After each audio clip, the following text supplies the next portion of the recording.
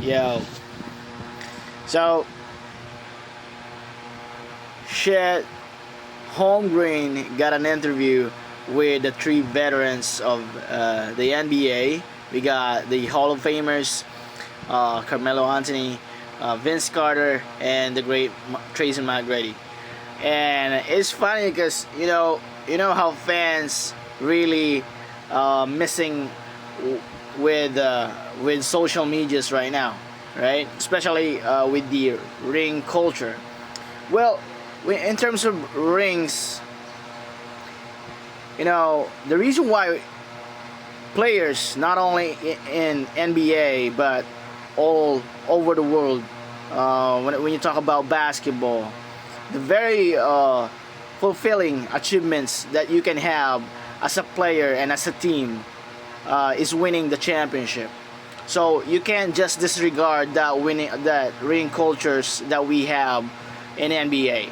All right. So ring cultures, it's a goal, not because you're comparing to other players or whatever, but it's a goal as an individual player and as a team to have that. If you're now if things not working, you gotta work it out, right?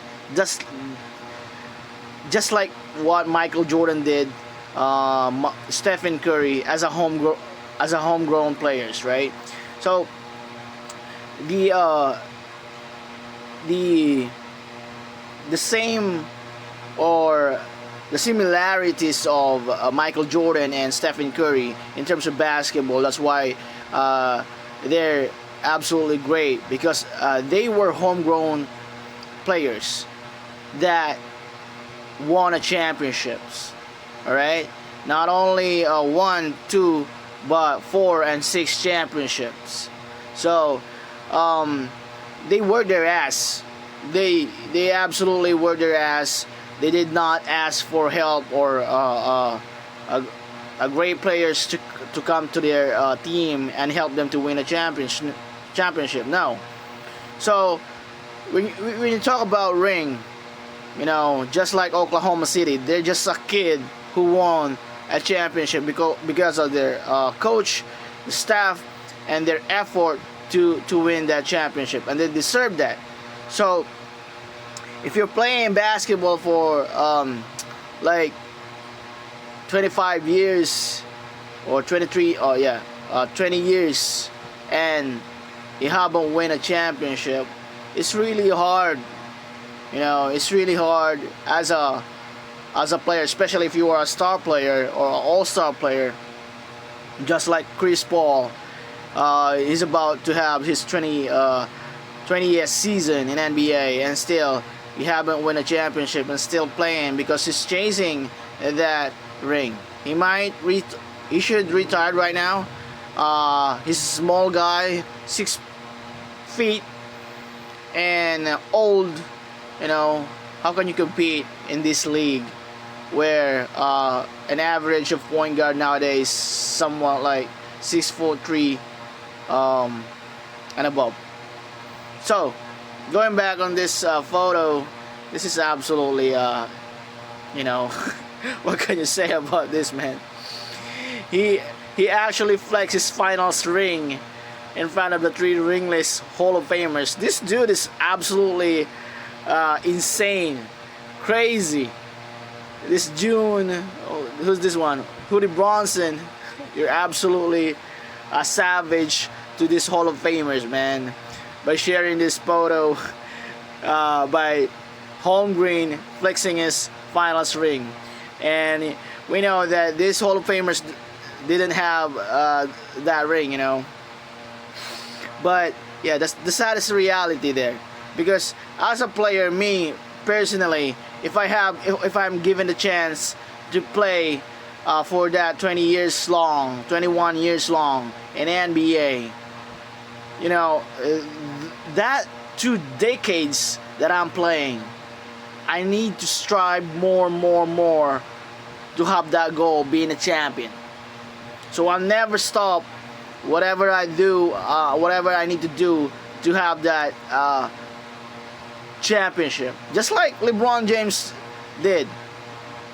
He didn't wait for that long to win a championship, because he knew he will be criticized once he retired at 23 or 23 seasons without having a championship. If he stayed in Cleveland Cavaliers, I don't think if he will absolutely win a championship. If he will just rely on his homegrown team, I don't think that he will win a championship. But the easiest way to get there is to join super team just like Dwayne Wade, and plus that he's in his prime during that time. So, and then they won a championship.